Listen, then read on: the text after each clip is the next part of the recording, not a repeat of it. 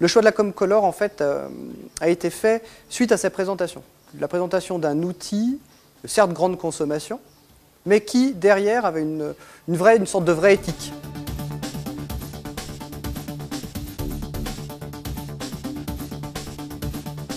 Un outil conçu en 100% recyclable, ce qui me paraissait vraiment intéressant, avec des consommables eux-mêmes 100% recyclables, le fait que l'impression se fasse à froid et donc soit facteur pour nous et pour l'environnement d'économie d'énergie.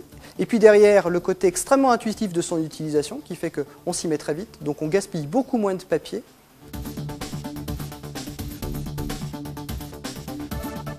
Alors pour quelles raisons? Tout d'abord, il y avait un souci d'économie qui est évident. Il y avait aussi un souci d'éco-responsabilité et la démarche qui m'a été présentée d'un outil éco-responsable du fait d'un outil qui ne chauffe pas, donc qui ne surconsomme pas d'électricité, me semblait intéressant. Et d'autant plus intéressant quand on se trouve dans un lieu tel que celui-ci, où derrière moi on peut admirer le glacier des Bossons qui en 30 ans a beaucoup perdu de sa superbe. Bon, on ne peut pas ne pas être sensibilisé, et puis ça me semblait faire partie d'une démarche globale. Cette année, on a fait aussi intervenir une écotoxicologue sur la gestion des ressources en eau. Avec notre prestataire de services de cantine, on fait un zéro gaspille. Pour moi, c'était important d'avoir des éco-box dans l'établissement. Pourquoi? Parce qu'on cherche souvent la solution de facilité. Quand on a un déchet, on n'a qu'à voir à la maison, ou les jeunes dans l'environnement. On a un déchet, on le met, hop, poubelle tout venant, et puis quelqu'un fera bien le tri derrière.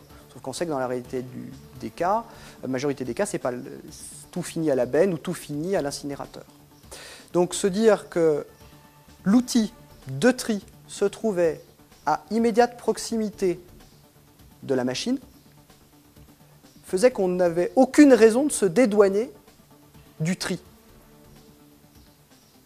Tout simplement, ça devenait d'un seul coup naturel. J'ouvre ma machine, j'ai besoin de changer le consommable, je prends le consommable, je le mets dans cette boîte-là. Et derrière, c'est toute la chaîne de recyclage qui va comme ça pouvoir fonctionner. C'est un geste simple, peut-être un petit peu forcé, un petit peu accompagné, mais c'est aussi le rôle de l'école. Et de se dire que chacun des petits actes que l'on pose quotidiennement a un impact réel sur notre avenir. Et puis quand on est éducateur, on pense d'abord à l'avenir des jeunes que l'on accompagne.